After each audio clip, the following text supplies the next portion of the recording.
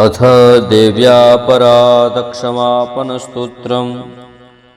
न मन्त्रं नो यन्त्रं तदपि च न जाने स्तुतिमहो, न चाह्वानं ध्यानं तदपि च न जाने स्तुतिकथाः, न जाने मुद्रास्ते तदपि च न जाने विलपनं, परं जाने मातः स्त्वदनुसरणं क्लेशहरणम्।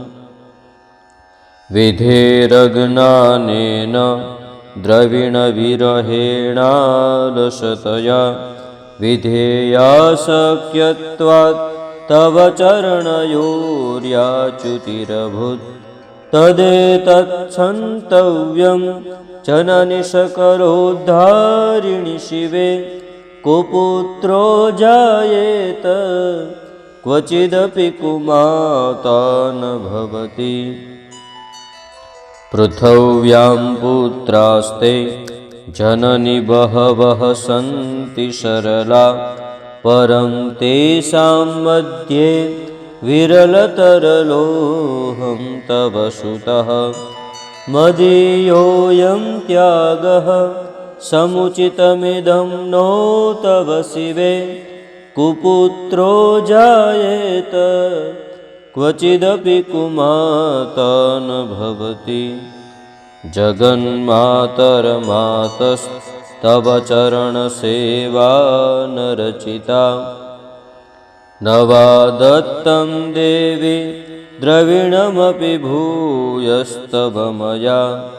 तथापि त्वं स्नेहं मयि निरुपमं यत् प्रकुरुषे, कुपुत्रो जायेत क्वचिदपि कुमाता न भवति।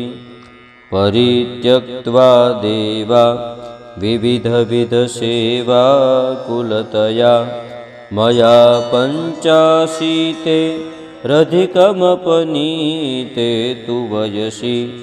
इदानीं चेन्मातस्तव यदि कृपा नापि भविता, निरालम्बोऽलम्बो दरजननिकं यामि शरणम्।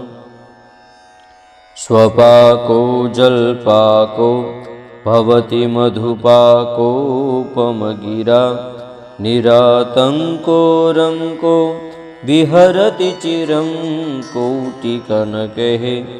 तवापर्णे कर्णे विशति मनुवर्णे फलमिदं, जनः को जानीते जननि जपनीयं जपविधो।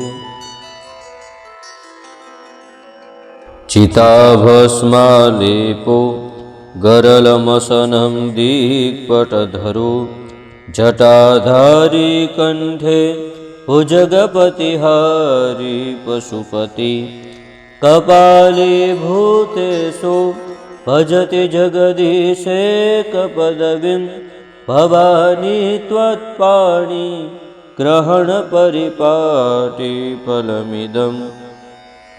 न मोक्षस्याकाङ्क्षा भवविभववाञ्छापि च न मे, न विज्ञानापेक्षा शशिमुखि सुखेच्छापि न पुनः। अतस्त्वं संयाचे जननि जननं यातु मम वे, मृडानि रुद्राणि शिव शिव भवानीति जपतः। नाराधिता शिविधिना विविधोपचारैः, किं वृक्षचिन्तनपरैर्न कृतं वचोभिः। श्यामे त्वमेव यदि किञ्चन मयि अनाथे, तत्से कृपामुचितवं वपरं तवेव। आपत्सुमग्नः स्मरणं त्वदीयं करोमि दुर्गे करुणार्णवेशि। नेतच्छठत्वं मम भावयेथः, क्षुधातृषार्ता जननीं स्मरन्ति। जगदम्ब विचित्रमत्र किं परिपूर्णा करुणास्ति चिन्मयी।